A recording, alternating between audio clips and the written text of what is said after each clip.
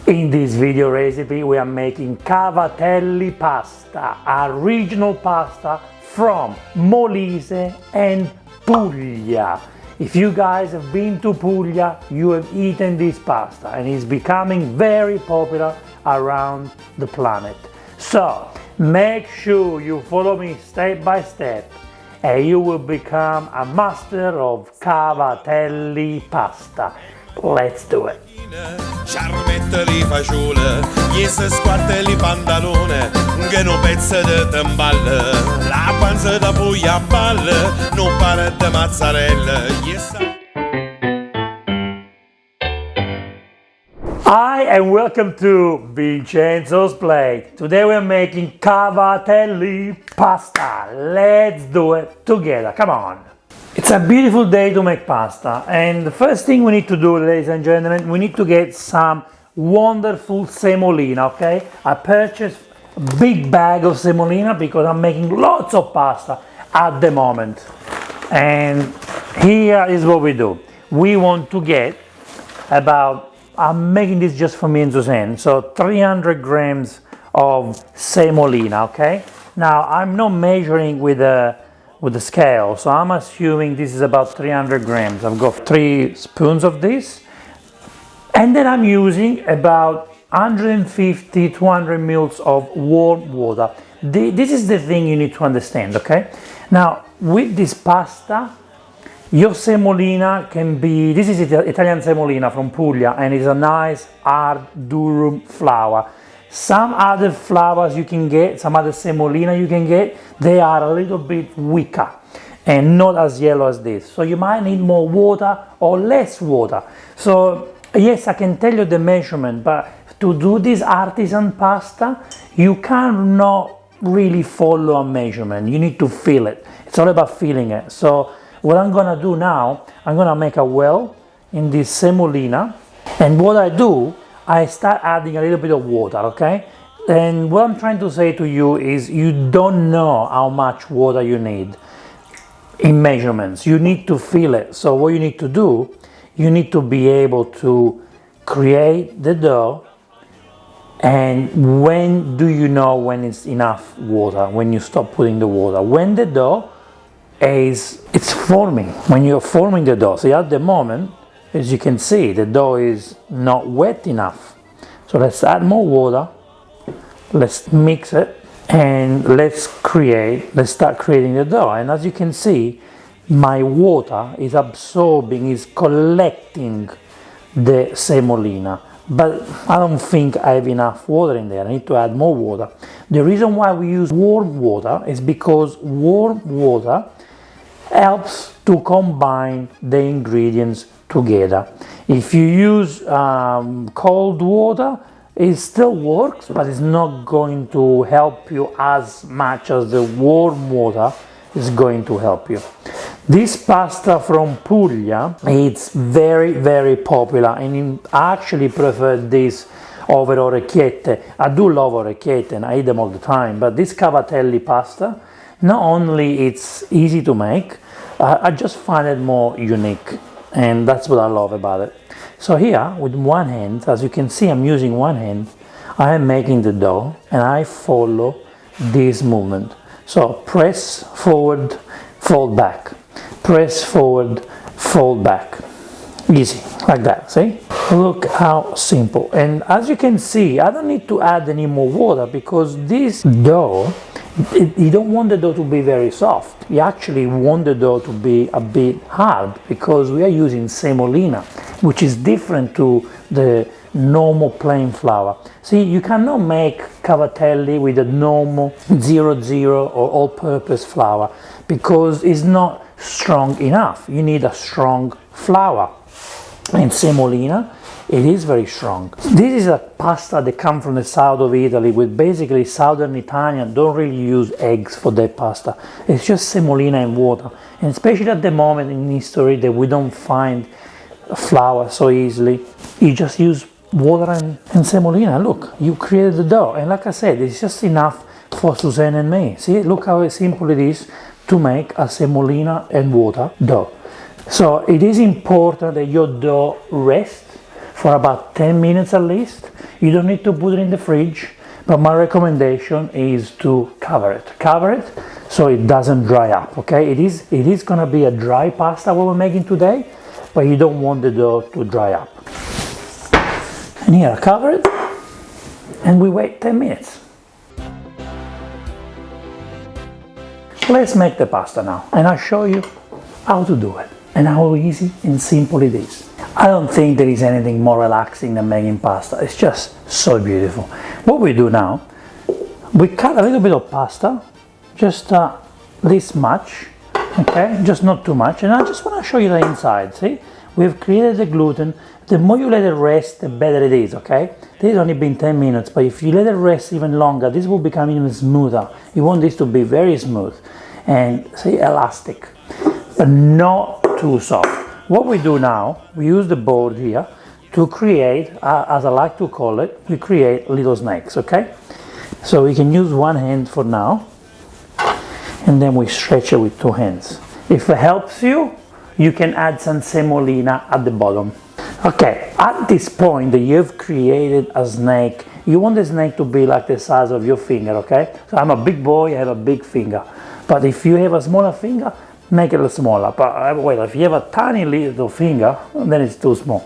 Just make it average size finger.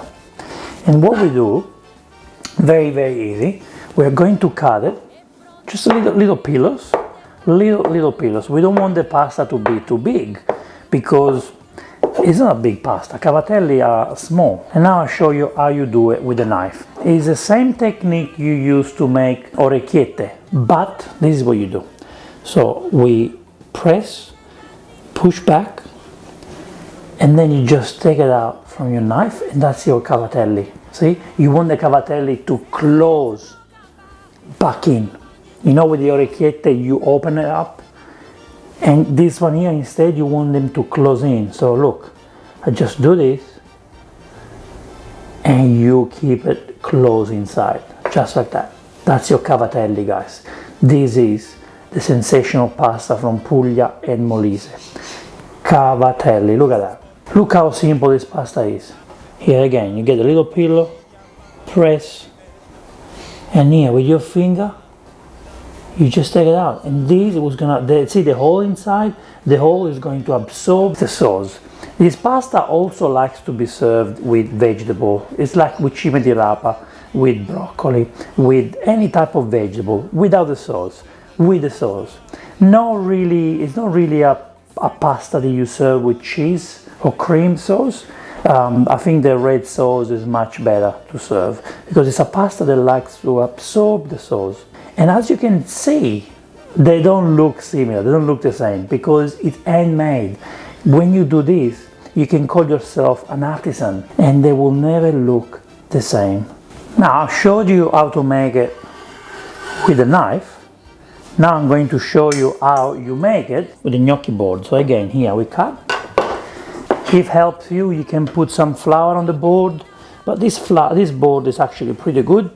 If you use a kitchen bench, like a marble, maybe you do need a little bit of flour, but just see how you feel, you know? You don't want the pasta to get stuck on the board.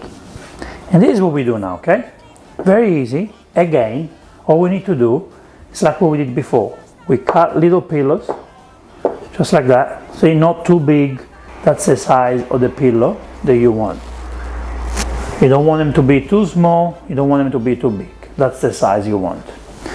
Cut it again. And if you don't have this, you can use a knife. Just see what you want to do. You want to go straight on top like this and cut it, okay? And look what we do right now, okay?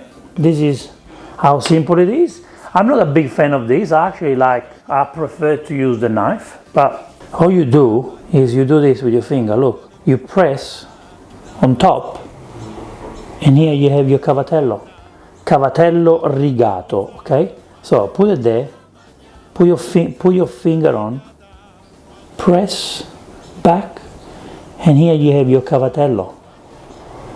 Look at that. And I'm gonna show you both of them, and you tell me which one you prefer. I'm a fan of the liscio, the smooth one. I don't like the rigato, but some people prefer this. All you need is to buy one of these. I got this from Amazon, $14. It was delivered to me, and I can do gnocchi. And look how simple it is. It's actually very, very, very relaxing, and I can't recommend this enough to you. Look at the simplicity of this pasta. Look. All you want is to create the hole inside, okay? It can look difficult, but it's not. Again, you put it there, put your finger on, press towards me, and the pasta will follow you. Just try to be gentle with your pasta and be kind to your pasta. And that's it. The simplicity. And now here we have two different pastas. As you can see here, we have the pasta rigata, done in no time, and here we have the pasta liscia, also done in no time. Now, let me make some more, because Susanna and I are getting hungry and we want to have dinner in about 1 hour. Look, so nice, so beautiful. The best part about this is if you have kids, God, get the kids involved, have fun with them. If you don't have kids, you can become the kid. You know, I feel like a big kid right now.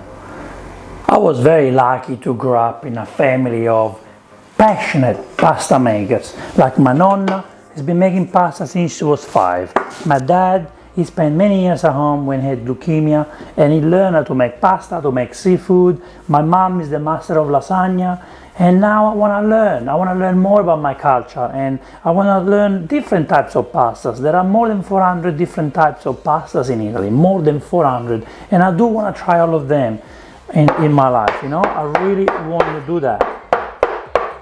So let's learn together more about Italian pasta. And Cavatelli is definitely one of our pasta you must learn how to make. Not only because it's delicious, but also because it's so easy to make.